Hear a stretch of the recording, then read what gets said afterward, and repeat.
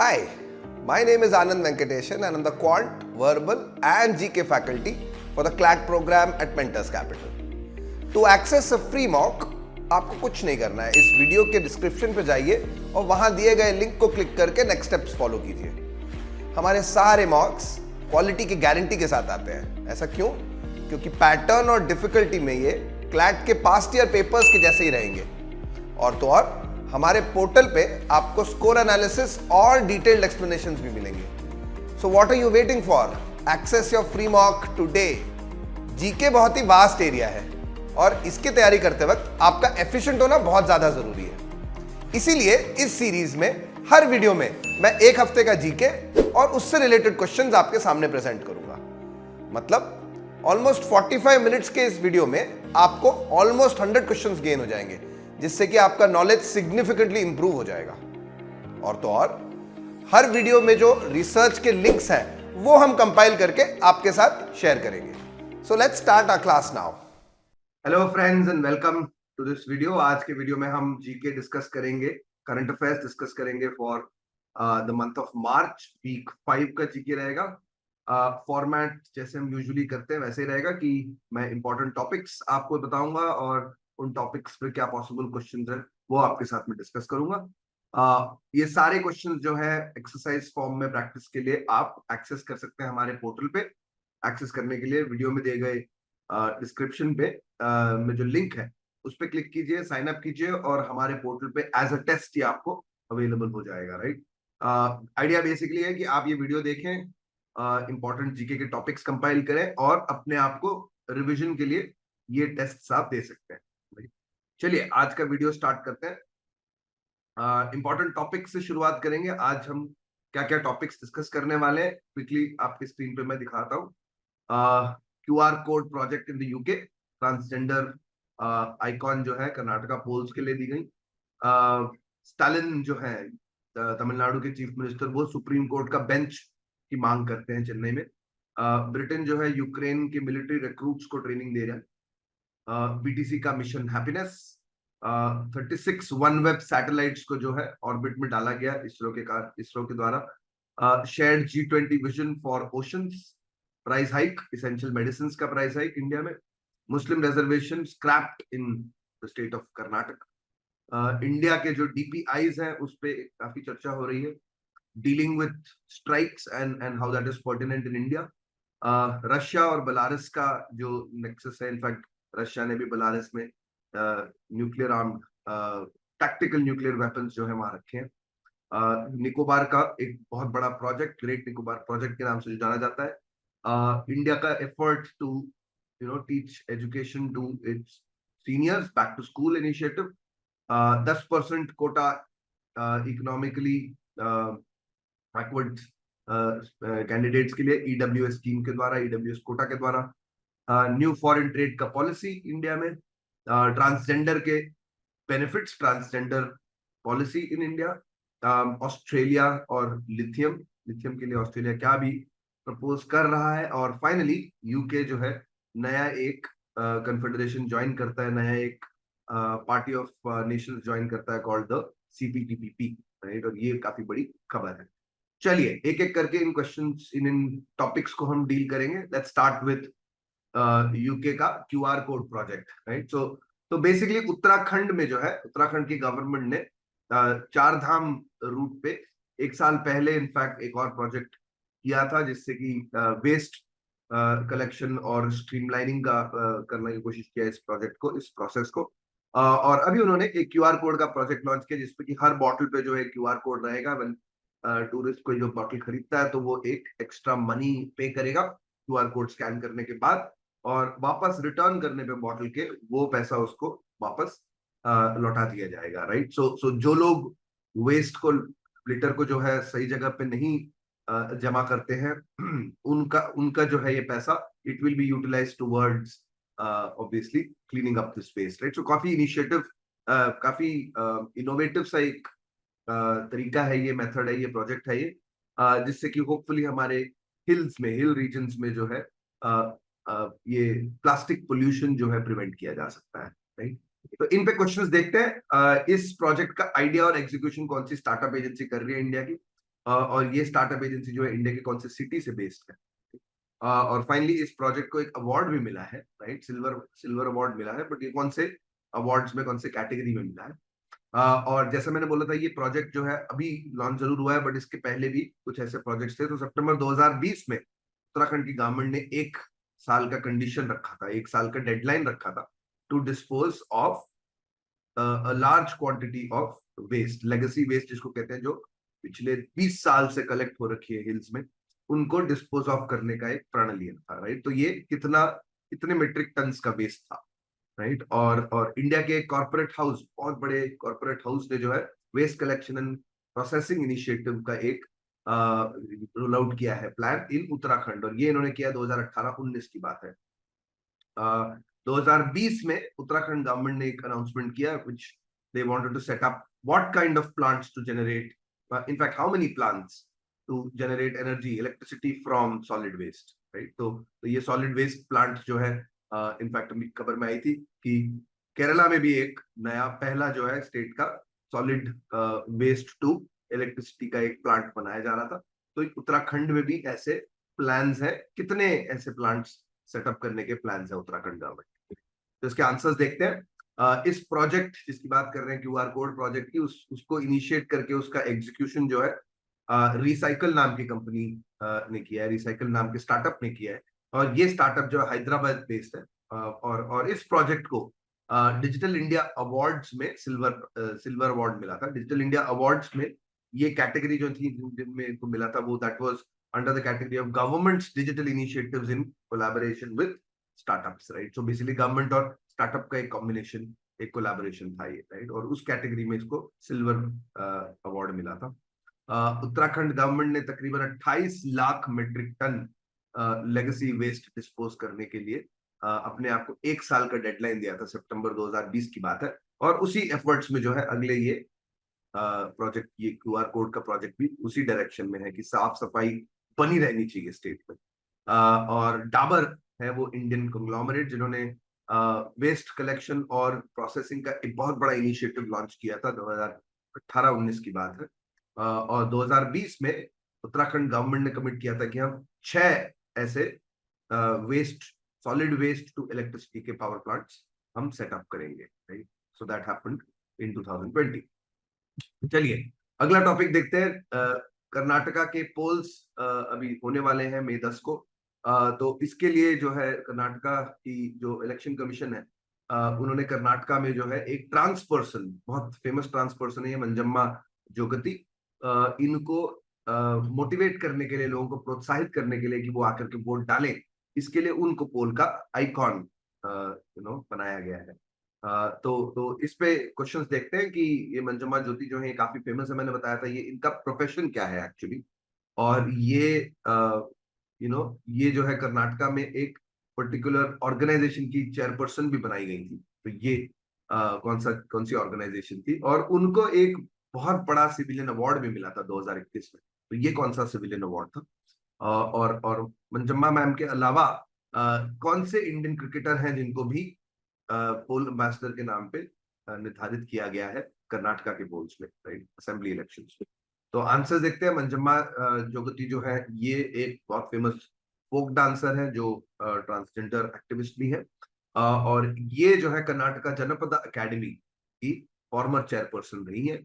और इनको 2021 में पद्मश्री का अवार्ड दिया गया था, which is one of India's highest civilian awards.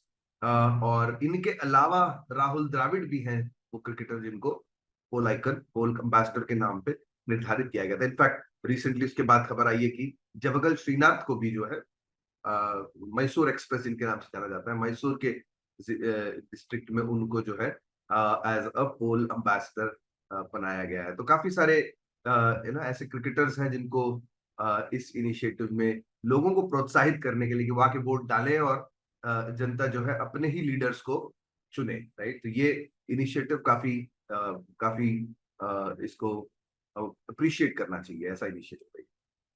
चलिए नेक्स्ट टॉपिक देखते हैं। स्टालिन जो चीफ मिनिस्टर है तमिलनाडु के, उन्होंने मांग करी है कि चीफ जस्टिस डीवाई चंद्रचूड़ से उन्होंने मांग करी है कि भाई आप रीजनल बेंचेस, एडिशनल बेंचेस बनाए सुप्रीम कोर्ट के, और एक बेंच डेफिनेटली चेन्नई में रखा जाए। इनफैक्ट 3 स्पेसिफिक मांगे करी उन्होंने कि एक सुप्रीम कोर्ट का बेंच जो है 3 अलग अलग डिस्ट्रिक्ट्स में दिल्ली के अलावा भी रहे, चेन्नई, मुंबई और कोलकाता। बेसिकली लॉजिक ये है कि भाई जब कोई आदमी या कोई पिटिशनर अगर रीजनल स्टेट से अगर अप्लाई कर रहा है, तो केस के प्रोसीडिंग्स के लिए उनको बार बार दिल्ली आना, it might be very very hard, right? So काफी सारे ऐसे केसेस हैं जो नहीं अपील होते हैं, जो सुप्रीम कोर्ट में नहीं पिटिशन किए जाते, क्योंकि डिस्टेंस बहुत ज्यादा है। तो इसलिए मांग है कि इसके बेंचेस जो है अलग अलग स्टेट्स में भी बनाए जाए, राइट?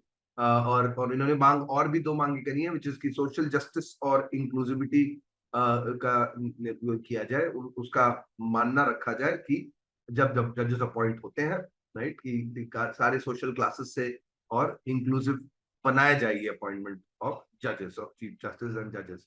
एंड फाइनली कि तमिल को भी एक ऑफिशियल लैंग्वेज बनाया जाए, specially in the Tamil Nadu high court, right, English के अलावा। और चंद्रचूड जो हमारे esteemed chief justice of India है, उन्होंने इन पे जवाब भी दिए हैं कि भाई Tamil, for example he said that English जो है बहुत टाइम से जो है कॉमन डिनोमिनेटर रहा है, तो तमिल एज अ लैंग्वेज इस पे कोई डिसीजन नहीं लिया जा सकता है अभी।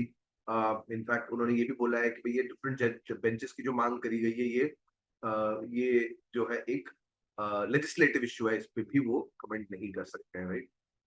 तो बट ये बात क्वेश्चंस देखते हैं इस पे। ये देखिए कि ये जो रीजनल बेंचेस का डिमांड है, ये स्टालिन ने जो है पहली बार नहीं किया है, ये पहले भी किया जा चुका है। इनफैक्ट ऑफिशियली पार्लियामेंट में इंट्रोड्यूस किया था इस चीज को एज व्हाट, राइट? और इसको इंट्रोड्यूस करने वाले जो थे मिस्टर ओपी विल्सन, वो इंडियन पार्लियामेंट में क्या दर्जा रखते हैं, राइट? और कौन सा आर्टिकल है कॉन्स्टिट्यूशन का जो chief justice of supreme court को, आफ्टर ही consults with the president of India to decide on the regional benches, right? So obviously this is also something which is built into the constitution, so which is why he said कि ये एक legislative issue है, but इनको power दिया जाता है, right, Supreme Court के chief justice को, right, and which is why people are petitioning and people are requesting him to do so, right? Next topic, next question है, which article of the constitution provide direct access to the highest court of the land, कि लोग directly supreme court को कब approach कर सकते हैं to enforce their fundamental rights? तो ये कौन सा आर्टिकल ये पावर देती है? तो आंसर्स देखते हैं कि as a private member bill Supreme Court में रीजनल बेंचेस पॉइंट इंट्रोड्यूस करने के लिए ये पार्लियामेंट में एक बिल इंट्रोड्यूस किया था as a private member bill, which is a constitutional amendment bill जो है। और इस कॉन्स्टिट्यूशन अमेंडमेंट बिल को इंट्रोड्यूस करने वाले थे राज्यसभा के डीएमके के member of parliament mister OP Wilson. और आर्टिकल 130 है वो आर्टिकल जो चीफ जस्टिस ऑफ इंडिया को वो पावर देती है कि वो प्रेसिडेंट के साथ कंसल्ट करके रीजनल बेंचेस पे अपना निर्णय लें। एंड फाइनली कोर्ट्स किसी भी सिटीजन को Supreme Court, highest court of our land, उसको अप्रोच करने का जो पावर मिलता है, अप्रोच करने का जो राइट मिलता है to protect and to enforce their fundamental rights, ये मिलता है आर्टिकल 32 के अंदर। और भी इस पे 2 क्वेश्चंस हैं कि 2010 का कौन सा जजमेंट था जिसमें फॉर्मर सीजेआई ने जो है उन्होंने एक प्ली को जो है, एक पिटिशन को टर्न डाउन कर दिया था, जिसमें रीजनल बेंचेस की मांग की गई थी, और उन्होंने तब ये उस चीफ जस्टिस ऑफ इंडिया ने तब ये बात रखी थी कि भाई ये उनका सुप्रीम कोर्ट का unitary character, which means oneness of approach, उसको जो है वायलेट करेगा, ब्रेक करेगा। तो ये कौन से चीफ जस्टिस ऑफ इंडिया थे, farmer chief justice of India? And finally constitution का ऐसा कौन सा आर्टिकल है जो कहता है कि सुप्रीम कोर्ट का और हाई कोर्ट का जो प्रोसीडिंग्स है वो इंग्लिश में रहेंगे, राइट? ये कौन सा आर्टिकल इसको फिक्स करता है, राइट? सो आंसर्स देखते हैं इसके। के जी बालकृष्णन थी जो former chief justice of India थे, जिन्होंने टर्न डाउन किया था ये request to to grant regional benches, और उन्होंने ये बात कही थी कि भाई ये यूनिटरी कैरेक्टर को ब्रेक करेगा हमारे सुप्रीम कोर्ट ऑफ इंडिया का। और फाइनली आर्टिकल 348 है जो कॉन्स्टिट्यूशन का, जो कहता है कि भाई सुप्रीम कोर्ट और हाई कोर्ट के जो प्रोसीडिंग्स रहेंगे वो इंग्लिश में ही रहेंगे, कोर्ट के proceedings, right? So that comes from article 348। Next topic देखते हैं। ब्रिटेन, जो यूके जो है, यूनाइटेड किंगडम जो है, काफी सपोर्ट कर रहा है यूक्रेन को military, in terms of arming, equipping itself with the latest sort of weapons and funds for acquiring weapons. US और UK इस लड़ाई में उनके साथ जुटे हुए हैं। और अभी खबर आ रही है कि ब्रिटेन ने जो है मिलिट्री रिक्रूट्स को, तो ऑब्वियसली यूक्रेन में भी खबर यही चल रही है कि जो भी सिविलियंस हैं वो बहुत सारे वॉलंटियर कर रहे हैं अपने कंट्री को प्रोटेक्ट करने के लिए, और इन लोगों को मिलिट्री की ट्रेनिंग देने के लिए ब्रिटेन आगे बढ़ा है, right? So that is something that they have said. तो इस पे और इस ऑपरेशन का नाम भी दिया गया है ऑपरेशन इंटरफ्लेक्स। तो क्वेश्चंस देखते हैं इसमें कि यूके के अलावा इस इनिशिएटिव में, ऑपरेशन इंटरफ्लेक्स इनिशिएटिव में कितने नेशंस और इन्वॉल्व है, right?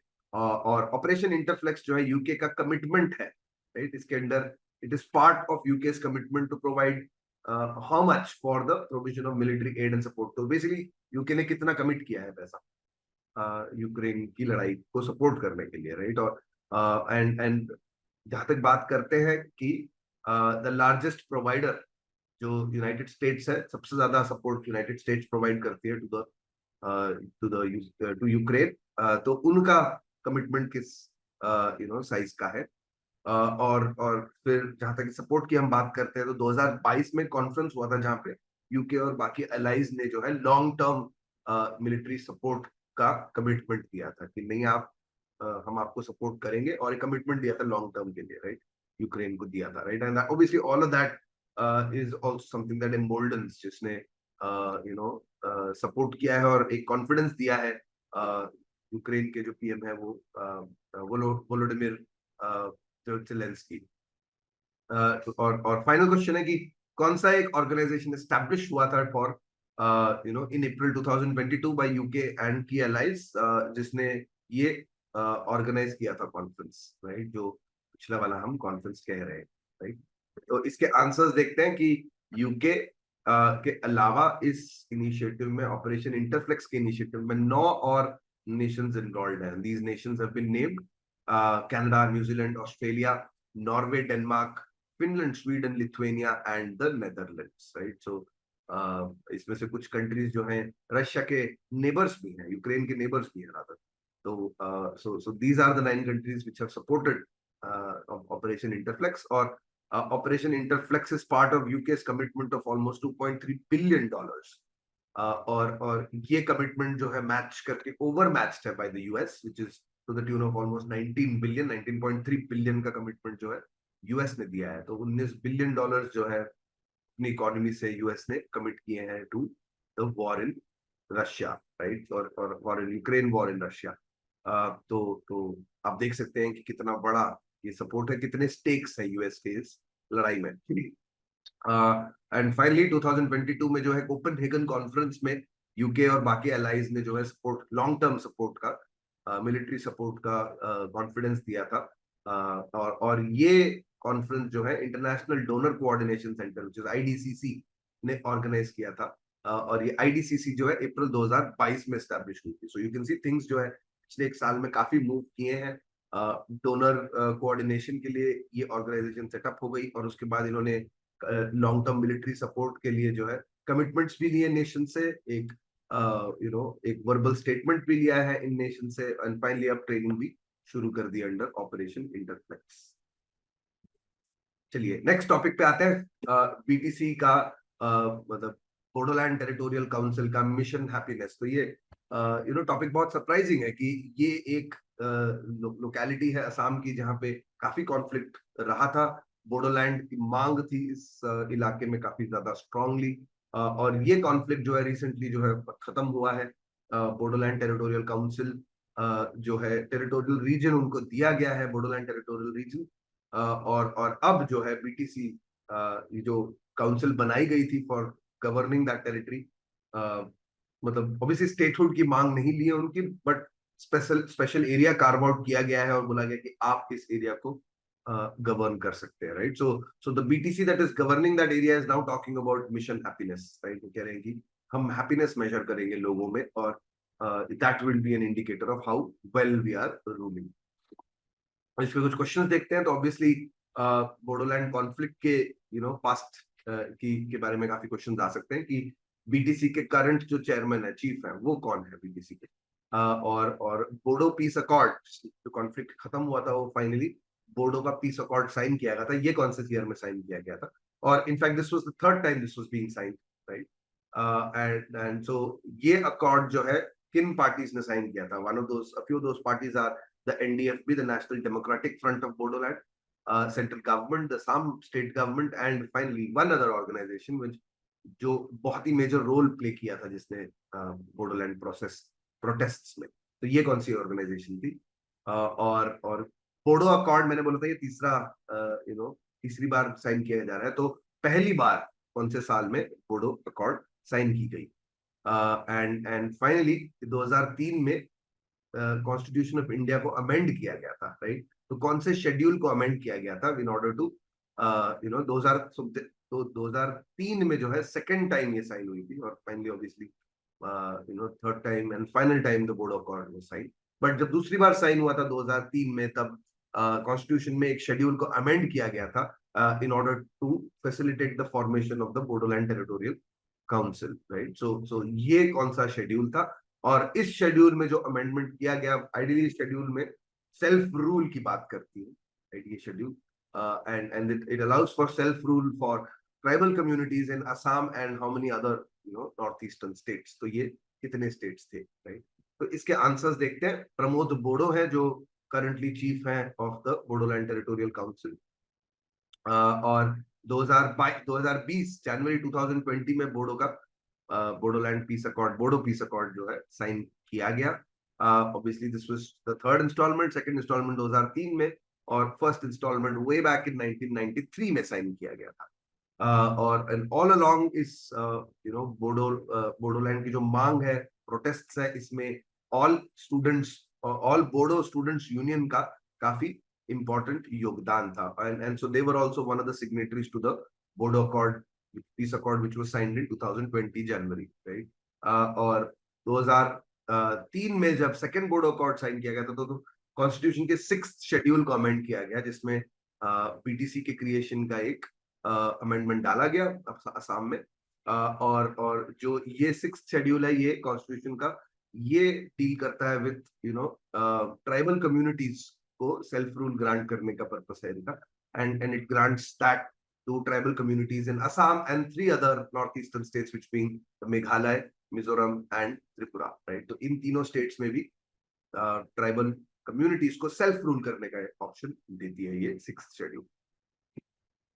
Next topic, 36 satellites, one web नाम की कंपनी के सैटेलाइट्स हैं जो ऑर्बिट में डाले गए। This happened from the ISRO, by the ISRO organization, and Satish Dhawan space centre से जो है ये सैटेलाइट्स को भेजा गया स्पेस में, और all 36 have been confirmed, right? ये पहुंच गए हैं अपने डेस्टिनेशन तक। तो इस पे क्वेश्चंस देखते हैं। ये जो प्रोजेक्ट है, ये जो मिशन है, ये दूसरा मिशन है for network access associates limited, जो OneWeb की पेरेंट कंपनी है। और ये एक कमर्शियल एग्रीमेंट के थ्रू बनाई गई ये company with which Indian company, and in order to launch 72, तो 36 अभी लॉन्च किए गए, इससे पहले 36 लॉन्च किए गए थे। तो ये कौन सी इंडियन कंपनी के साथ कमर्शियल एग्रीमेंट किया है इन्होंने? और ये जो पहला इंस्टॉलमेंट था 36 सैटेलाइट्स का, ये कब भेजा गया स्पेस में, राइट? और इस कंपनी के जो एग्जीक्यूटिव चेयरमैन है, ये कौन है? काफी फेमस पर्सनालिटी है बाय द वे।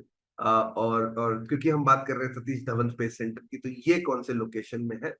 और फाइनली गगनयान मिशन के लिए ये इंपॉर्टेंट है, ये जो करंट मिशन सैटेलाइट्स का जो लॉन्च किया गया था, LMV3, LMV3 और OneWeb मिशन में जो पेलोड्स भेजे गए, इसमें मिशन क्रिटिकल इंफॉर्मेशन जो है ये गगनयान के लिए भी यूजफुल रहेगा। तो गगनयान पे क्वेश्चन है कि कितने IF इंडियन एयरफोर्स के पायलट्स हैं जो ट्रेन हो रहे हैं, गगनयान स्पेसिफिक ट्रेनिंग ले रहे हैं at the astronaut training facility in Bengaluru. तो इनके आंसर्स देखते हैं। द NSIL और the new Space India limited is the company जिसके साथ जो है OneWeb के पेरेंट ग्रुप कंपनी ने जो है एक कमर्शियल एग्रीमेंट साइन किया है in order to send these 72 satellites into space. और 2023 में obviously this happened in April 2023, जो ये फाइनल मार्च में जो ये 36 सैटेलाइट भेजे गए ऑर्बिट में। आइए अब हम नया सेकंड टॉपिक देखते हैं, अगला टॉपिक देखते हैं, विच इज की 36 सैटेलाइट्स को जो है इंडियन स्पेस रिसर्च ऑर्गेनाइजेशन ने ऑर्बिट में भेजा। ये 36 जो है वनवेब नाम की कंपनी के सैटेलाइट्स थे। और इस पे क्वेश्चंस देखते हैं हम। क्वेश्चन है कि ये दूसरा मिशन था इसरो का to send the satellites into space. इससे पहले भी 36 सैटेलाइट्स भेजे जा चुके हैं। And these are for this, you know, OneWeb is the parent company for network access associates limited, UK की कंपनी है ये। और इस कंपनी ने जो है इंडिया के किसी एक कंपनी के साथ एक कमर्शियल अरेंजमेंट किया था in order to send the satellites into low orbit, right. तो लो अर्थ ऑर्बिट्स में भेजने के लिए, एलईओ में भेजने के लिए, राइट। तो क्वेश्चन है कि ये कौन सी इंडियन कंपनी है जिसने इसके साथ कोलैबोरेशन किया था इन्होंने, और इसका जो पहला इंस्टॉलमेंट था ये कौन से साल में ये मिशन पूरा किया गया था, और एग्जीक्यूटिव चेयरमैन कौन है इस कंपनी के, इस मेंशन्ड कंपनी के। और सतीश धवन स्पेस सेंटर की बात कर रहे हैं जहां से ये लॉन्च हुए हैं, तो ये कौन से लोकेशन में है। एंड फाइनली ये जो मिशन है to send these satellites into low Earth orbit by the use of LMV3, you know, mission. So LMV3 का ये मिशन जो है गगनयान मिशन के लिए, which is to send, you know, to reach Mars, right? तो गगनयान का जो मिशन है इंडिया का, ये मिशन स्पेसिफिक ट्रेनिंग, इस मिशन के लिए स्पेसिफिक ट्रेनिंग दी जा रही है to some Indian air force pilots, और ये ट्रेनिंग ले रहे हैं at the astronaut training facility Bangalore में। तो ये कितने ऐसे एस्ट्रोनॉट्स हैं जो इंडियन एयरफोर्स के पायलट्स हैं जो एस्ट्रोनॉट ट्रेनिंग ले रहे हैं करंटली, तो इसके आंसर्स देखते हैं। न्यू स्पेस इंडिया लिमिटेड है वो कंपनी जिसके साथ OneWeb ने जो है कमर्शियल अग्रीमेंट किया है। और इस कमर्शियल अग्रीमेंट के अंडर 2022 के अप्रैल में 36 सैटेलाइट पहले ही भेजे जा चुके हैं अब, और 36 भेजने के बाद this company will have 72 satellites in space. And obviously ये सैटेलाइट्स जो है यू नो काफी ज्यादा इंफॉर्मेशन प्रोवाइड करेंगे to maybe you know predict the weather patterns, to predict calamities वगैरह वगैरह, और इमरजेंसी यू नो इंफॉर्मेशन जो है इमरजेंसी के केस में काफी जल्दी ये रिले किए जाएंगे, राइट। तो so that's the purpose of these satellites. और इंडियन कंपनी न्यू स्पेस इंडिया लिमिटेड के जो चेयरमैन है वो है प्रसिद्ध इंडस्ट्रियलिस्ट सुनील भारती मित्तल, जो एयरटेल से एसोसिएटेड है, और श्रीहरिकोटा में है ये सतीश धवन स्पेस सेंटर। और फाइनली बैंगलोर के you know astronaut training facility में जो है 4 इंडियन एयरफोर्स के पायलट ट्रेन किए जाए हैं for specifically the Gaganyaan mission. Next topic पे आते हैं, G20 का विजन ओशंस पे। तो बेसिकली बात यह है कि कमिटमेंट ले रहे हैं G20 कंट्रीज की भाई यू नो ओशंस और ओशंस के इकोलॉजी को, ओशंस के इकोसिस्टम को जो है प्रोटेक्ट किया जाना चाहिए इसको, और बायोडाइवर्सिटी को प्रोटेक्ट करना चाहिए। इसमें जो एनिमल्स हैं, प्लांट्स हैं, ये they should not be destroyed, and partly climate change से अफेक्ट होते हैं और पार्टली पोल्यूशन से ये चीजें अफेक्ट होती हैं। तो इस पे कमिटमेंट लिया है G20 की कंट्रीज ने, और ये कंट्रीज जो है मिला के जो है अर्थ के कोस्टलाइन, क्या वर्ल्ड की कोस्टलाइन के 45% जो है ये कंट्रीज के अंडर आता है, राइट। तो इस पे क्वेश्चंस देखते हैं कि कौन सा नाम दिया जाता है उस इकोनॉमी को जो ओशन डिपेंडेंट है, which ocean dependent economic development, social inclusive social development and environment ecology से रिलेटेड। सो ओशन से रिलेटेड जो टर्म है उस टर्म का नाम बताइए। और एक इंडिया में भी एक एम्बिशियस मिशन है, इनिशिएटिव है, जो चाहता है कि इंडिया का लॉजिस्टिक्स का सेक्टर का परफॉर्मेंस जो है चेंज हो, राइट, और पूरी तरह अनलॉक हो जाए। बेसिकली शिपमेंट और शिप के थ्रू जो कंटेनर्स का मूवमेंट होता है उसको ड्रास्टिकली इम्पैक्ट करने के लिए एक इनिशिएटिव लॉन्च किया गया है। इस इनिशिएटिव का नाम बताइए। और इस अबव इनिशिएटिव में यू नो लॉजिस्टिक्स को इम्पैक्ट अनलॉक करने के लिए, पोटेंशियल को अनलॉक करने के लिए 4 पिलर्स आइडेंटिफाई किए गए। इसमें से 3 पिलर्स दिए गए हैं, हमें स्क्रीन पे है, which are port modernisation, port connectivity, port led industrialisation. तो ये चौथा जो पिलर है, इसका नाम आप बताइए, राइट? सो इसके आंसर्स देखते हैं। ब्लू इकोनॉमी है, ओशन के रिलेटेड जो इकोनॉमी है, both in terms of making money, in terms of environment protection, in terms of inclusivity, in सबको एक टर्म में सबस्यूम करके आप ब्लू इकोनॉमी के नाम से एड्रेस कर सकते हैं। और इंडिया ने जो लॉजिस्टिक्स लॉजिस्टिक्स सेक्टर के परफॉर्मेंस को अनलॉक करने की बात करी है, that comes under the Sagarmala initiative. और सागरमाला इनिशिएटिव जो है 4 पिलर्स पे निर्धारित है, which is port modernisation, port connectivity, port linked, port led industrialisation and finally coastal community development, right? तो ये 4 पिलर्स है, इस पे सागरमाला इनिशिएटिव निर्धारित है। और इसके अलावा 2 क्वेश्चन और देखेंगे हम। कौन सा सेंट्रल गवर्नमेंट का स्कीम है जो सस्टेनेबल एंड रिस्पॉन्सिबल डेवलपमेंट बोलता है for fisheries sector. And finally Osaka blue mission एक लॉन्च किया गया था, again by the G20 Nations. तो ओसाका ब्लू ओशन मिशन जो है वो G20 नेशंस के द्वारा एक कॉमन मिशन सेट करता है। एंड इस मिशन में क्या टारगेट्स लिए गए हैं, राइट? कि हम एडिशनल पोल्यूशन को जो है by marine plastic litter, basically oceans में जो प्लास्टिक लिटर डालेंगे हम उसको रिड्यूस करेंगे टू 0 बाय विच ईयर? तो आंसर है कि सेंट्रल गवर्नमेंट की जो स्कीम है फॉर डेवलपमेंट ऑफ फिशरीज, उसका नाम है प्रधानमंत्री मत्स्य संपदा योजना। और ओसाका का जो ओसाका ब्लू ओशन मिशन जो है वो प्लास्टिक लिटर द्वारा एडिशनल पोल्यूशन जो है 0 कर देना चाहता है बाय 2050। ओके, आइए अब अगले टॉपिक पे आते हैं। अगला टॉपिक है price hike of essential medicine. तो 384 एसेंशियल ड्रग्स हैं जिनको हम पहले भी एड्रेस कर चुके हैं इस टॉपिक को। और इन पे जो है कुछ ड्रग्स का प्राइस हाइक होगा ऑफ ऑलमोस्ट 10 to 11%। और ये इसलिए कर रहा है कि WPI का मूवमेंट हुआ है, राइट? और ऑब्वियसली इसका इफेक्ट रहेगा कंज्यूमर्स पे और पेशेंट्स पे काफी इंपॉर्टेंट इफेक्ट रहेगा। तो इसकी बात करते हैं कि कितने ड्रग्स हैं जो national list of essential medicine में इंक्लूड किए गए हैं। और कौन सी इंस्टीट्यूशन है जो price hike on drugs end devices पे जो प्राइस हाइक है उसको डिसाइड करने वाली कौन सा इंस्टीट्यूशन है। और ये जो मेंशन्ड चेंज है होलसेल प्राइस इंडेक्स में, it is in accordance with which act of 2000, which part regulation of 2013 और यूनियन मिनिस्टर हेल्थ के और फैमिली वेलफेयर के कौन, राइट? तो आंसर देखते हैं कि टोटल 384 ड्रग्स हैं अक्रॉस 27 कैटेगरीज जो national list of essential commodities essential medicine के अंडर आते हैं। और NPPA वो इंस्टीट्यूशन है जो डिसाइड करती है, नेशनल फार्मास्यूटिकल प्राइसिंग अथॉरिटी, की ड्रग्स का प्राइस जो है और डिवाइसेस का जो प्राइस है national list of essential medicine में जो लिस्टेड है उन ड्रग्स का प्राइस इंक्रीज होना चाहिए कि नहीं। और ये इंक्रीज हो या ना हो, ये ड्रग प्राइस कंट्रोल ऑर्डर 2013 के अंडर ही होना पड़ेगा, right? According to the regulations given under that. और इंडिया के जो यूनियन मिनिस्टर है हेल्थ और फैमिली अफेयर्स की, वो है doctor Mansukh Mandaviya. Next topic पे आते हैं। मुस्लिम रिजर्वेशन कर्नाटक के स्टेट में स्क्रैप की गई। असेंबली इलेक्शंस आ रहे हैं कर्नाटक में। और बेसिकली 4% का रिजर्वेशन मुस्लिम्स को दिया जाता था, उसको तोड़ करके इक्वली बांट दिया गया है अमंग्स 2 डिफरेंट कैटेगरीज।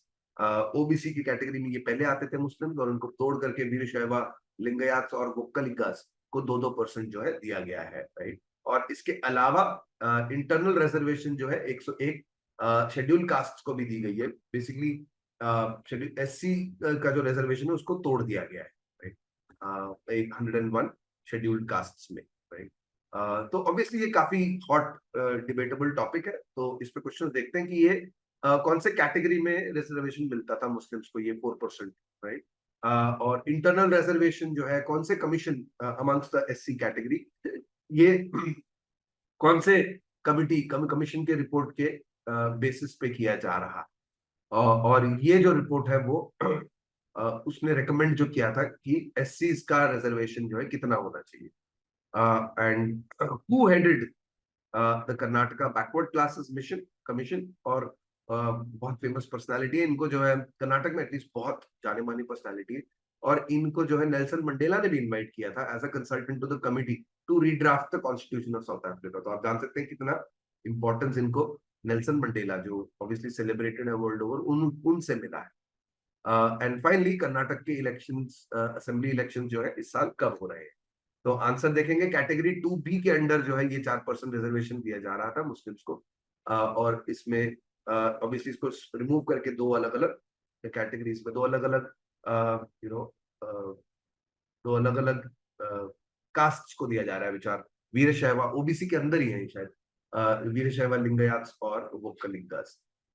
और इंटरनल रिजर्वेशन जो एससी को दिया जा रहा है वो 2012 के सदाशिव कमेटी के रिकमेंडेशन पे किया जा रहा है, और इस कमेटी ने रिकमेंड किया था कि एससी को जो है 15% का रिजर्वेशन देना चाहिए।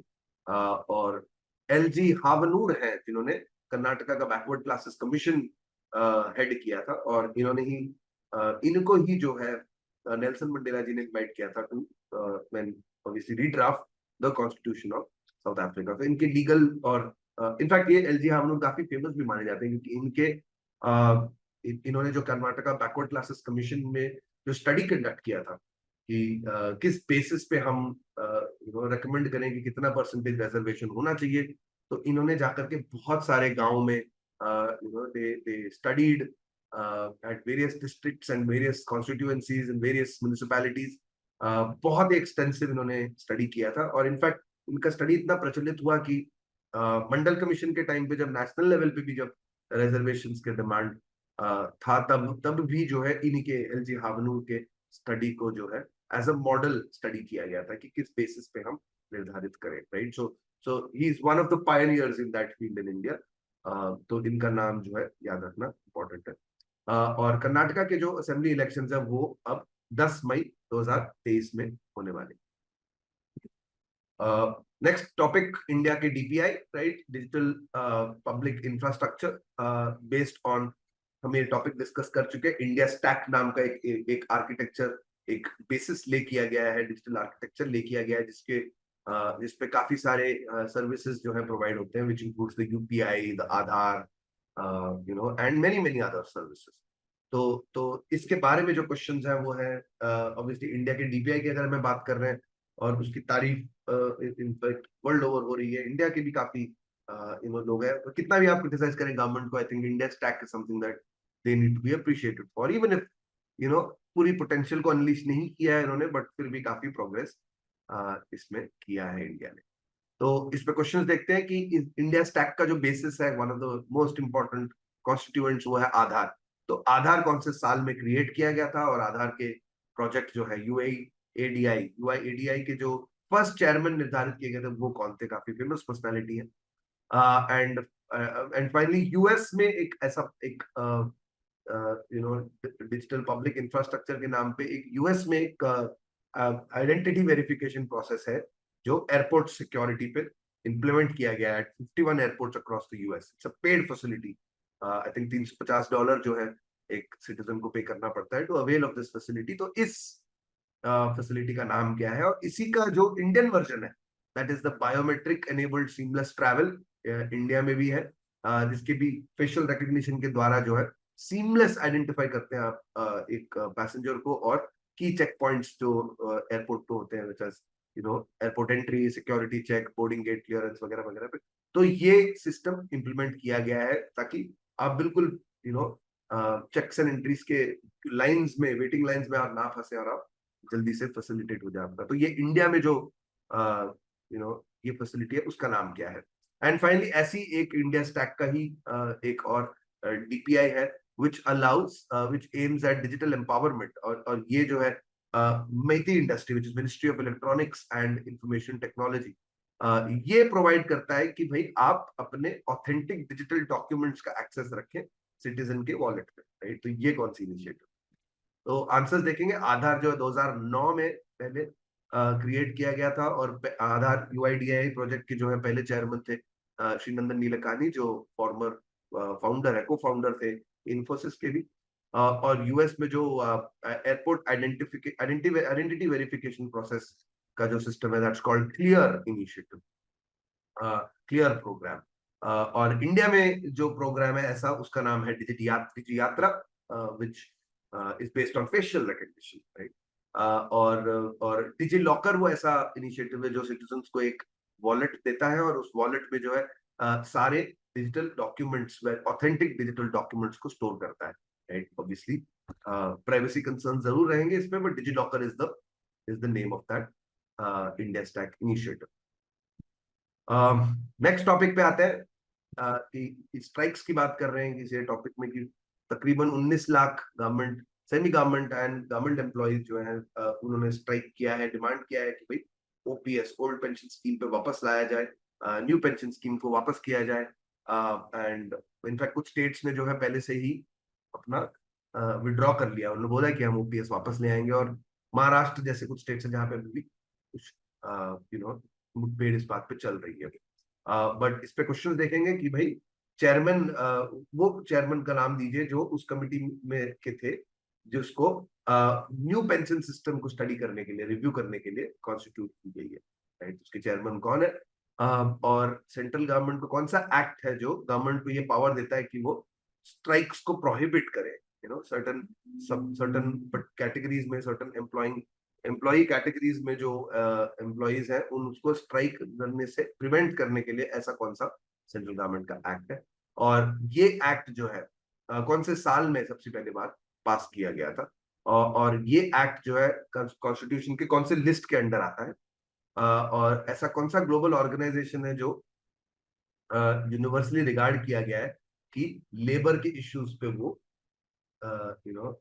It acts as the guidance, right, जो वो लेजिटिमेसी देता है लेबर के इश्यूज पे, और उनसे कंसल्ट करना चाहिए, राइट। तो ये ऐसी कौन सी ऑर्गेनाइजेशन है। तो इसके आंसर्स देखेंगे कि जो फाइनेंस के सेक्रेटरी हैं टीवी सोमनाथन, इनको चेयरपर्सन बनाया गया था of the committee that is suppose to look at the review the new pension scheme. और एसेंशियल सर्विसेज मेंटेनेंस एक्ट है जो गवर्नमेंट को पावर देता है कि आप जो है you can prevent employees from striking if they belong to certain employments, and in fact not just government employees, it can prevent anybody, right. जैसे डॉक्टर्स को एसेंशियल सर्विसेज के अंदर डाला जाता है, तो अगर डॉक्टर स्ट्राइक पे जाते हैं तो आप ईएसएमए जो है इंप्लीमेंट कर सकते हैं, right, as a, and ESMA is an act which was passed first in 1958, तो काफी टाइम से ये पावर्स जो है लेजिस्लेटिव पावर्स जो है दिए गए हैं, और ये पावर्स याद रखिए कॉन्करेंट लिस्ट पे आते हैं, राइट, व्हिच मींस ये एक्ट जो है स्टेट भी इंप्लीमेंट कर सकता है और सेंटर भी इंप्लीमेंट कर सकता है as and when a conflict arises, right. और International Labour Organization is the global organisation जिसको अथॉरिटी माना जाता है, जिसको लेबर के विषय में, और उसको लेजिटिमेसी दी गई है बाय ऑल नेशंस, तो उनकी बात का को अथॉरिटी दी जाती है, राइट।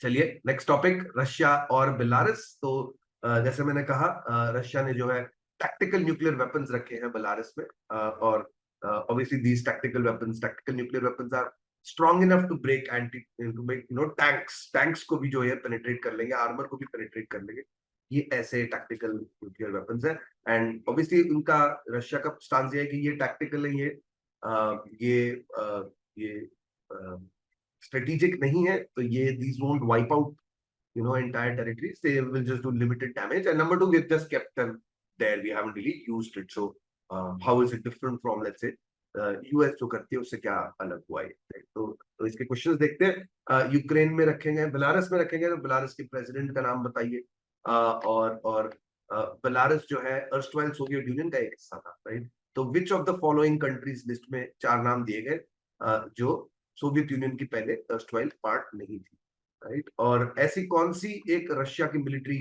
अलायंस है जिसका पार्ट बेलारूस रही है, इनफैक्ट करंटली भी है, और कीव, विच इज यूक्रेन का जो कैपिटल है, कीव और मॉस्को के बीच में एक पीस एग्रीमेंट होने वाला था, जो यूक्रेन क्राइसिस है वो सेटल होने वाला था, and that happened in Belarus, right, and it happened as part of an agreement, right, but this agreement eventually did never get implemented, right, तो उस agreement का नाम बताइए which almost, and finally ऐसी कौन सी नाटो की कंट्री है जहां जिसके साथ बेलारूस जो है बॉर्डर शेयर नहीं करती है, राइट। थोड़ा ज्योग्राफी का क्वेश्चन है। तो आंसर देखते हैं, Alexander Lushenko, right, is the Lukashenko, sorry, Alexander Lukashenko है जो बेलारस के प्रेसिडेंट है, और erstwhile सोवियत यूनियन में there were plenty of countries, तो उनमें से जो है Serbia is not one of them, right? Serbia and Montenegro जो है कभी भी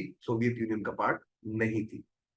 और रशिया के स्फीयर में once the Soviet Union collapse, तो काफी सारे जो रशिया पे डिपेंडेंट थी कंट्रीज, बिकॉज ऑब्वियसली उनके पास वेपन्स नहीं थे, कन्वेंशनल वेपन्स नहीं थे, तो so they needed the support of Russia for to protect their territories, to protect their interests. So एक military organization थी called the Collective Security Treaty Organization, तो CSTO, और this was obviously a Russia dominated or treaty organization, but I mean it's not इतना कोई major इसका, in fact CSTO के काफी सारे मेंबर्स जो है प्रोटेस्ट कर रहे हैं। रिसेंटली आया था कि आर्मेनिया और सॉरी तजिकिस्तान और तुर्कमेनिस्तान के बीच में जो है एक कॉन्फ्लिक्ट हो रहा है। तो basically a lot of these countries feel that Russia जो है उनको उस टाइम पे सपोर्ट नहीं देती है जिस टाइम पे उनको जरूरत है, right? But anyway, this is still a treaty organization that Belarus is a part of, right? And Minsk agreements थे, जिसका इनफैक्ट सेकंड राउंड हुआ था यूक्रेन और रशिया के बीच में एक पीस लाने के लिए, यूक्रेन क्राइसिस को एंड करने के लिए मिन्स्क टू अग्रीमेंट्स जो है ऑलमोस्ट रीच किए गए थे, but then nothing materialize. And finally NATO में जो मेंबर्स है, नाटो के जो मेंबर्स है उनमें से डेनमार्क ऐसी कंट्री है जो बेलारस के साथ बॉर्डर शेयर नहीं करती है। Lithuania, Latvia and Poland all share a border with the country of Belarus. Next topic पे आते हैं, द ग्रेट निकोबार प्रोजेक्ट। तो बेसिकली यूनियन गवर्नमेंट ने एक 72,000 करोड़ का एक प्रोजेक्ट लॉन्च किया है called great Nicobar island project. और इसके अंडर जो है निकोबार आइलैंड्स में एयरपोर्ट, पावर प्लांट, एक ट्रांसशिपमेंट पोर्ट और एक ग्रीन फील्ड टाउनशिप बनाने का प्लान है, राइट? तो यू कैन सी दैट एक ऐसे बायोडाइवर्सिटी वाले इलाके में इतना बड़ा एक प्रोजेक्ट करना इट्स क्वाइट कंटेंशियस। तो इस पे क्वेश्चंस देखते हैं, इस पे काफी प्रोटेस्ट्स भी हुए हैं, और एलिगेशन है कि बहुत जल्दी ये स्पीडली इसको अप्रूवल दे दिए गए हैं, तो कुछ तो छुपाया जा रहा है, कुछ तो दबाया जा रहा है, कुछ तो अल्टीरियर मोटिव है इसमें। तो इस पे क्वेश्चंस देखते हैं हम। तो कौन सी गवर्नमेंट ऑर्गेनाइजेशन है जिसने रिक्वेस्ट किया था for proposals for master plan की क्या किया जाए for development of the great holistic development of the great Nicobar island, right? So तो सितंबर 2020 में कौन सी गवर्नमेंट ऑर्गेनाइजेशन ने ये इशू किया था रिक्वेस्ट? एंड एक ऐसा कौन सा मल्टीनेशनल कॉन्फ्रेंस था जहां पे 200 कंट्रीज ने रेटिफाइड किया था ये decision to halt and reverse biodiversity? Like I said, Nicobar islands में करना इसलिए सरप्राइजिंग है कि इस इंडिया ने भी इस डिसीजन को रेटिफाई किया था, तो it's all the more surprising कि आप अपने कंट्री का एक ऐसा आइलैंड उठाते हैं जो, और वैसे भी आइलैंड्स जो है बहुत रिच होते हैं बायोडाइवर्सिटी में, क्योंकि ये आइसोलेटेड होते हैं, तो इनमें इकोसिस्टम्स बहुत अलग से डेवलप होती है, right? So which the world needs to do all it can कि उस टाइप के बायोडाइवर्सिटी को प्रोटेक्ट किया जाए, बजाय इसके इंडियन गवर्नमेंट जो है उसको डेवलप कर रही है, वहां पे एक पोर्ट बना रही है, एयरपोर्ट बना रही है, which is all very very unnecessary. Anyway, तो नेक्स्ट क्वेश्चन देखेंगे यहाँ पे। नवंबर 2022 में ग्रेट निकोबार प्रोजेक्ट को अप्रूवल मिल गया था, स्टेज 1 अप्रूवल, स्टेज 1 क्लियरेंस मिल गया था कौन से ऑर्गेनाइजेशन का? और निकोबार के जो शोम्पेन ट्राइब है, right, it is classified as what, right? So famous classification, right? और इनफैक्ट अबॉरिजिनल ट्राइब्स के लिए कौन सा रेगुलेशन जो है प्रोटेक्ट करता है उनके इंटरेस्ट को, उनको डिस्प्लेस ना करें, उनको और टूरिज्म को रेगुलेट किया जाए ताकि अंडमान और निकोबार में जो है ज्यादा अफेक्ट ना करेंगे, राइट? तो ये कौन सा रेगुलेशन है, राइट? तो इसके आंसर्स देखेंगे। नीति आयोग वो ऐसी ऑर्गेनाइजेशन है जिसने रिक्वेस्ट सीक किया था proposals to develop holistically develop the great Nicobar islands, right? So NITI Aayog ने ये किया था। In fact Anurag sorry sorry Amitabh Kant है जो नीति आयोग के हेड है, उन्होंने ये प्रोजेक्ट का प्रपोजल जो है सीक किया था and convention of biodiversity biological diversity इस कन्वेंशन में जो है इंडिया और 200 अदर नेशंस ने जो है एक कमिटमेंट लिया था to halt and in fact reverse biodiversity loss right by 2030 और ministry of environment and forest ने जो है स्टेज 1 क्लियरेंस दिया था इस प्रोजेक्ट को और यही काफी सस्पिशियस है कि इतनी जल्दी आपने 2020 में रिक्वेस्ट जो है किए थे प्रपोजल्स के लिए और सडनली जो है 2022 में आपने अप्रूवल भी दे दिया उनको और अब जो है एनजीटी का अप्रूवल वेट किया जा रहा है एनजीटी भी अप्रूवल दे देगा तो फिर ये प्रोजेक्ट जो है कमीशन हो जाएगा एंड देन तो obviously it's serving some big corporate interest right तो ये एलिगेशन इस पे किया जा रहा है और निकोबार आइलैंड्स के जो शॉम्पेन ट्राइब है वो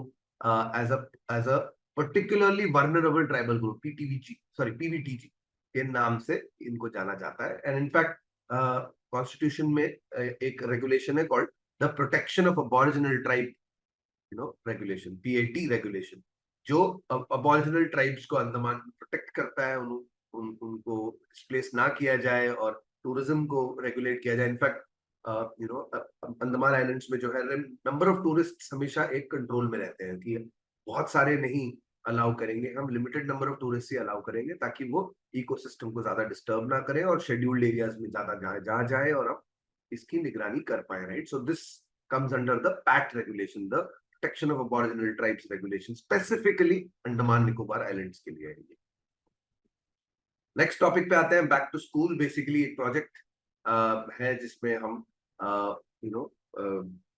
एल्डरली पीपल को जो पढ़ना चाहते हैं उनको एजुकेशन दे इस न्यूमरेसी असेसमेंट टेस्ट जो है 2022-23 का तो ऑलमोस्ट 40% लोग जो है यूएमपी अलोन से लिए गए और ऑलमोस्ट 22 लाख लोग from the states they became qualified as literate तो 22 लाख छोटा नंबर नहीं है बट इंडिया के पॉपुलेशन के हिसाब से काफी मिनिस्क्यूल है ये नंबर राइट तो इस पे क्वेश्चंस देखते हैं कि अडल्ट लिटरेसी के लिए कौन सा कौन सा इनिशिएटिव है कौन सा प्रोग्राम है जो कहता है कि भाई अगले साल 1 करोड़ अडल्ट्स को हम पढ़ाएंगे राइट सो ये कौन सा इनिशिएटिव है और इस प्रोग्राम के लिए इस इनिशिएटिव के लिए कितना पैसा फंड्स एलोकेट किए गए हैं and obviously whatever funds have been allocated are not enough right तो in fact they are not enough to hire teachers तो टीचर्स के लिए फंड्स ना यूज किए जाएं टीचर्स के लिए ये लोग चाहते हैं कि लोग वॉलंटियर करें right students and teachers should volunteer और उसको एनकरेज करने के लिए जो है एक क्रेडिट बेस्ड फ्रेमवर्क डाला जा रहा है कि आप जो भी हेल्प करते हो उसके लिए आपको कुछ क्रेडिट्स मिलेंगे आपके टाइम कमिटमेंट के लिए right so this is in collaboration with which agency right which institution and according to data ministry of education के डेटा के हिसाब से इंडिया में कितने लोग हैं जिनको पढ़ना लिखना नहीं आता है और इस स्कीम का जो मेंशन किया गया है अडल्ट लिटरेसी का इसके पहले एक स्कीम हुआ करती थी जो 2020 में अनाउंस की गई थी but it really did not take off right as well तो इसलिए इस स्कीम को भी थोड़ा सा स्केप्टिकली देखा जा रहा है तो वो कौन सी स्कीम है तो इसके आंसर्स देखते हैं नव भारत नव भारत साक्षरता कार्यक्रम और the new India literacy mission right new India literacy program NILP के नाम से जाना जाता है ये जो है 22 लाख ये कमिटमेंट लेता है कि ये 1 करोड़ अडल्ट्स को जो है लिटरेट बनाएगा और इस प्रोग्राम के लिए 150 करोड़ की एलोकेशन हुई है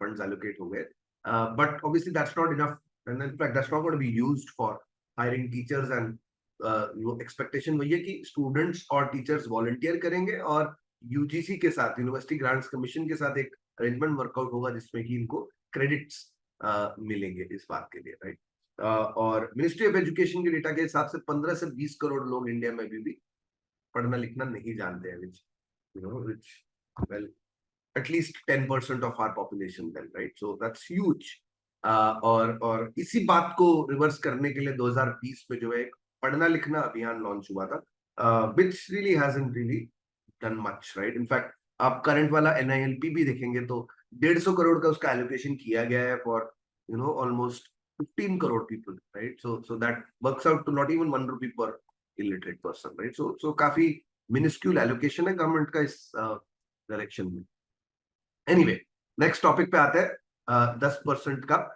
EWS कोटा किया गया economically weaker section of society के लिए तो EWS का कोटा जो है ऑब्वियसली रिसेंट खबर आई है कि 10% का कोटा मुस्लिम्स के लिए, सॉरी 4% कोटा जो मुस्लिम्स के लिए दिया जा रहा था अंडर कैटेगरी 2B, उसको स्क्रैप कर गया है और एससीज में जो है रिकॉन्स्टिट्यूट किया गया है और the quotas and इनको इनफैक्ट ब्रेकअप किया गया अमंगस्ट 101 एससीज। तो अब कर्नाटक की गवर्नमेंट ने ईडब्ल्यूएस कैटेगरी को 10% रिजर्वेशन देंगे, ये नोटिफिकेशन दिया। तो बेसिकली पॉइंट ये है कि the Muslims will get obviously their share of reservation under this quota, that's the intent. तो इस पे क्वेश्चन देखते हैं कि वो ऐसे कौन से सेट ऑफ रूल्स हैं कर्नाटक इलेक्शन कमीशन के जो free and fair electoral process को कॉन्स्टिट्यूट करते हैं, क्योंकि ये सारा का सारा कर्नाटका के इलेक्शंस के बिल्कुल पहले किया जा रहा है। So obviously the concern is कि ये पोलिंग को अफेक्ट करेगा, लोगों के ओपिनियंस को, अभिप्राय को अफेक्ट करेगा, राइट। सो बट कौन से रूल्स जो है प्रोटेक्ट करते हैं इसको बाय द इलेक्शन कमीशन, और इन रूल के मुताबिक जो है all parties and candidates should avoid holding public meetings until during a period of how many hours, election के फिनिश होने के बाद, क्लोज ऑफ पोल्स के बाद कितने घंटे तक ये लोग मीटिंग्स नहीं कर सकते हैं, राइट।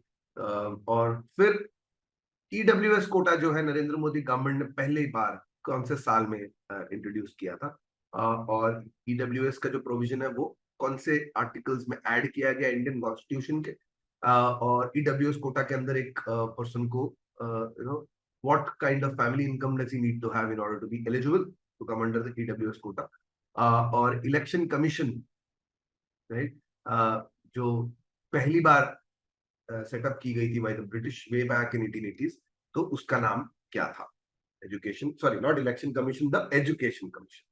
तो इसके आंसर्स देखते हैं। मॉडल कोड ऑफ कॉन्डक्ट है जो इलेक्शन कमीशन की रूल्स है जो free and fair electoral process के लिए सारे पार्टीज को फॉलो करना पड़ता है, कैंडिडेट्स और पार्टीज को, और अकॉर्डिंग टू दिस 48 आवर्स तक जब पोल क्लोजिंग होती है उसके 48 आवर्स तक आप कोई भी पार्टी और कैंडिडेट जो है पब्लिक मीटिंग नहीं कर सकता। और ईडब्ल्यूएस कोटा जो नरेंद्र मोदी गवर्नमेंट ने 2019 में लॉन्च किया गया था, and this was by included in the articles 15 and 16 of the constitution, and under the EWS quota, a citizen who earns less than family income of less than 8 lakhs is eligible for the EWS quota।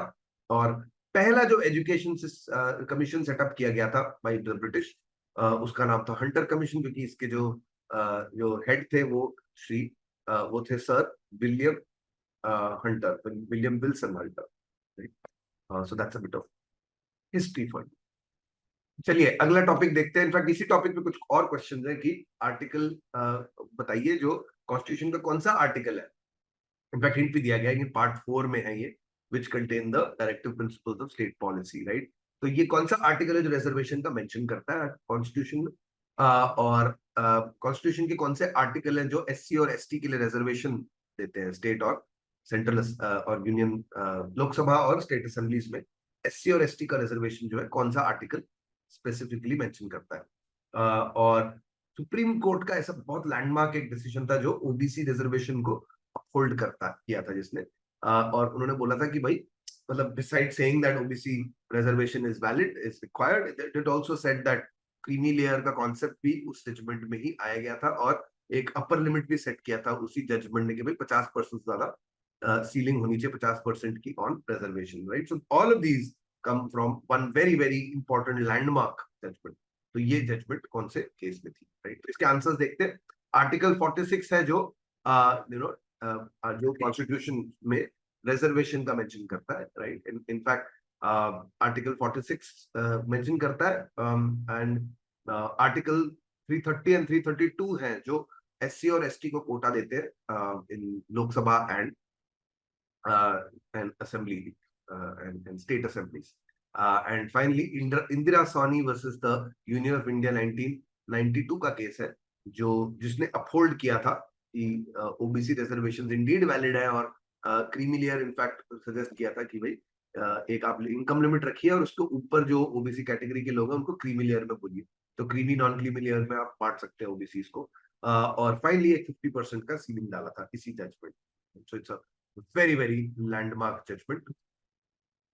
Next topic पे आते हैं। New foreign trade का policy जो है पीयूष गोयल जी ने जो है announce किया है यूनियन कॉमर्स इंडस्ट्री और टेक्सटाइल्स के जो मिनिस्टर हैं, इन्होंने नई फॉरेन पॉलिसी में जो है बोला है कि हम हम इंसेंटिव्स, जो अभी करंटली पॉलिसी था अभी तक वो था कि एक्सपोर्ट के लिए काफी इंसेंटिव्स देंगे, तो इसको इस पॉलिसी से अब पीछे हट रहे हैं गवर्नमेंट, राइट। तो वो कोशिश ये कर रही है कि बाधाएं हटाई जाए और कॉस्ट्स कम किए जाए for firms and companies that are involve in exports, और एक और एमनेस्टी स्कीम दी गई है फॉर एक्सपोर्ट ऑब्लिगेशन के जो भी डिफॉल्ट्स हैं उसके अंडर आप आप माफी ले सकते हैं, आप एमनेस्टी ले सकते हैं।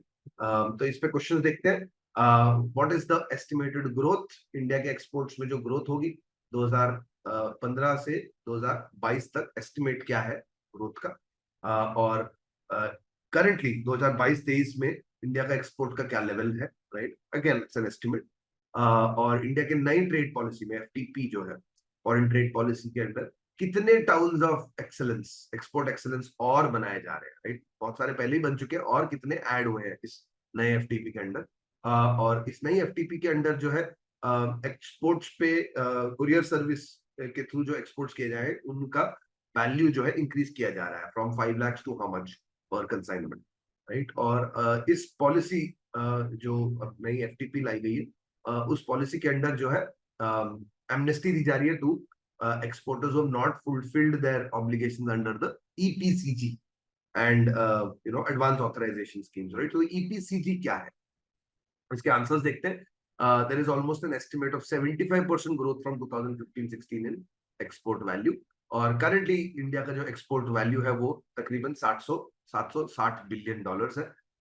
और नई एफटीपी के अंदर जो है और 4 नए centres of export excellence, towns of export excellence बनाए जा रहे हैं, और ये हैं फरीदाबाद, मुरादाबाद, मिर्जापुर और वाराणसी में। और इससे पहले इन टोटल 39 ऐसे एक्सपोर्ट एक्सेलेंस के टाउन्स पहले ही बनाए जा चुके हैं, राइट। और नई एफटीपी के अंदर जो है 5 लाख से 10 लाख तक लिमिट बढ़ाई गई है पर कंसाइनमेंट फॉर एक्सपोर्ट। और ईपीसीजी जिसका वायलेशन जो जिन कंपनीज ने किया उनको वन टाइम एमनेस्टी दी जा रही है। EPCG stands for export promotion of capital goods, right. So there you go. Next topic पे आते हैं, ट्रांसजेंडर के बारे में ये टॉपिक है, और दिल्ली कमीशन फॉर वुमेन की जो चेयरमैन है स्वाति मालीवाल, काफी न्यूज में भी आई है ये।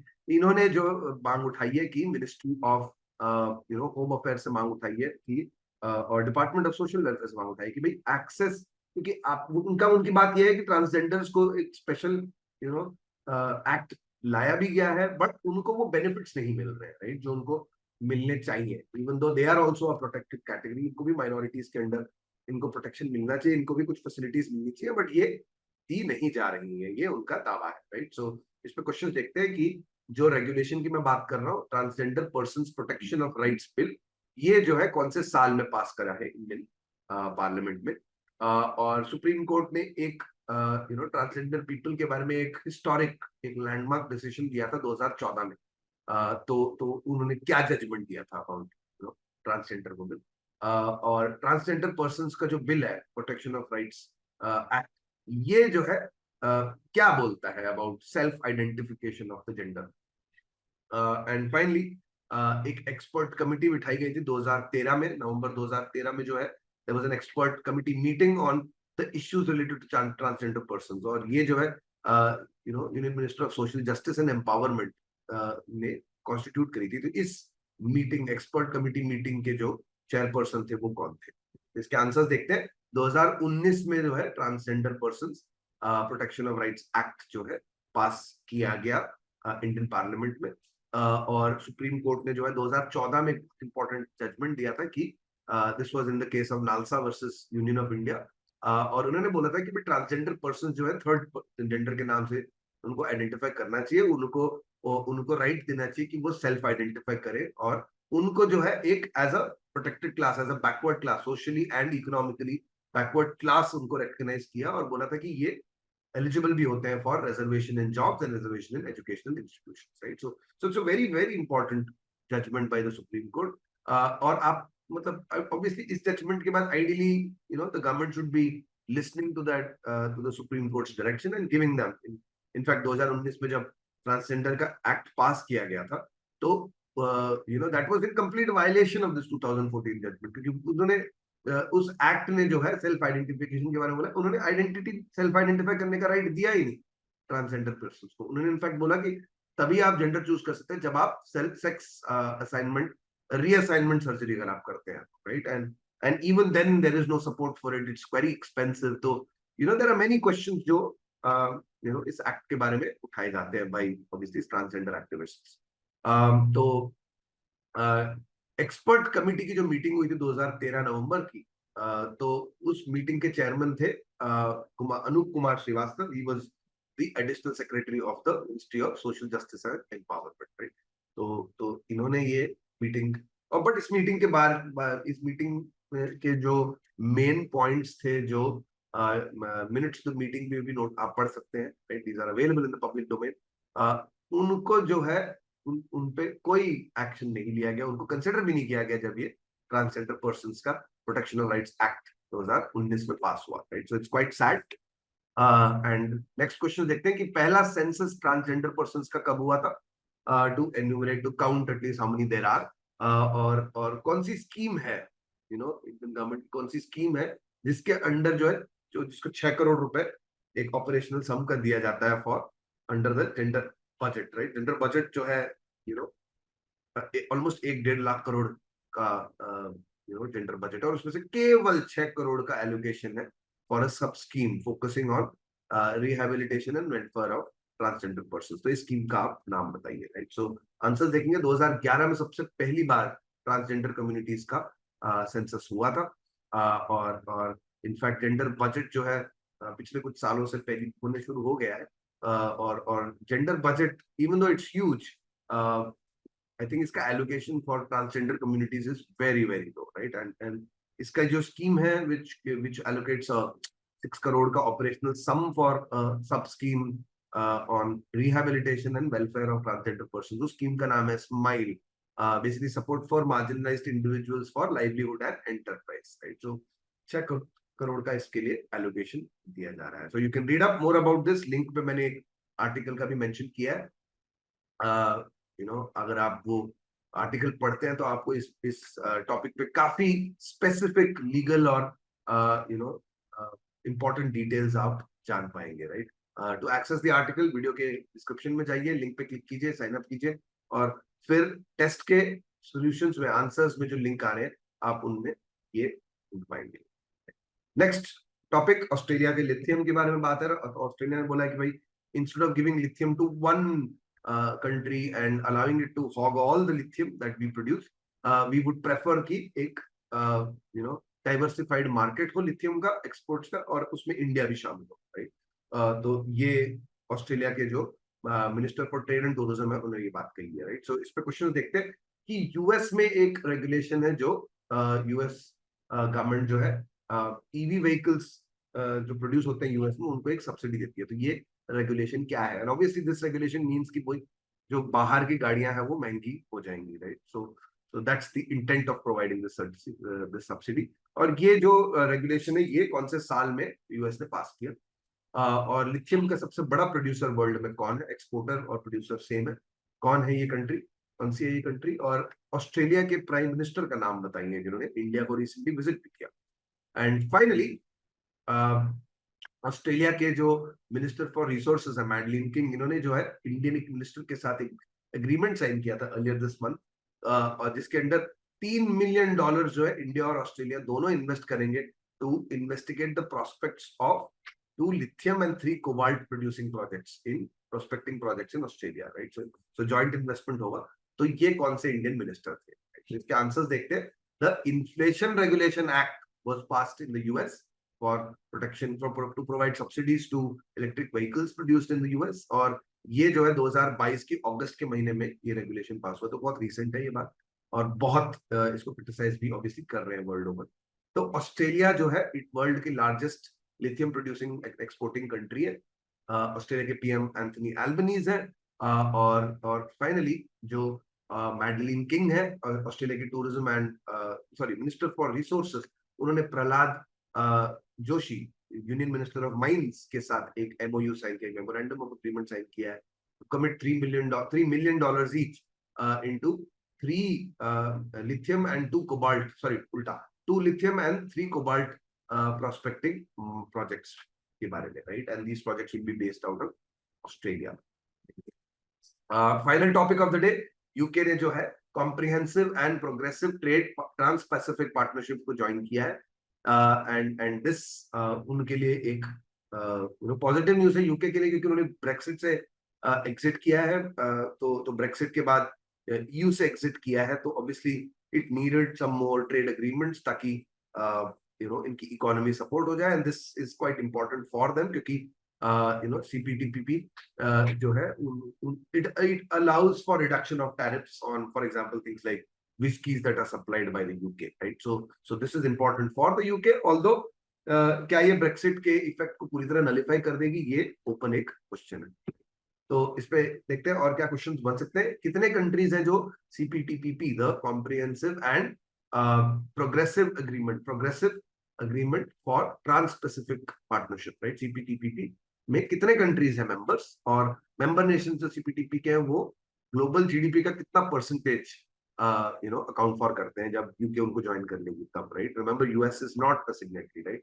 So what percentage of global GDP does it account for? और CPTPP जो है किस साल में साइन की गई, और CPTPP की एक अर्लियर वर्जन थी, which is what is the name of that version?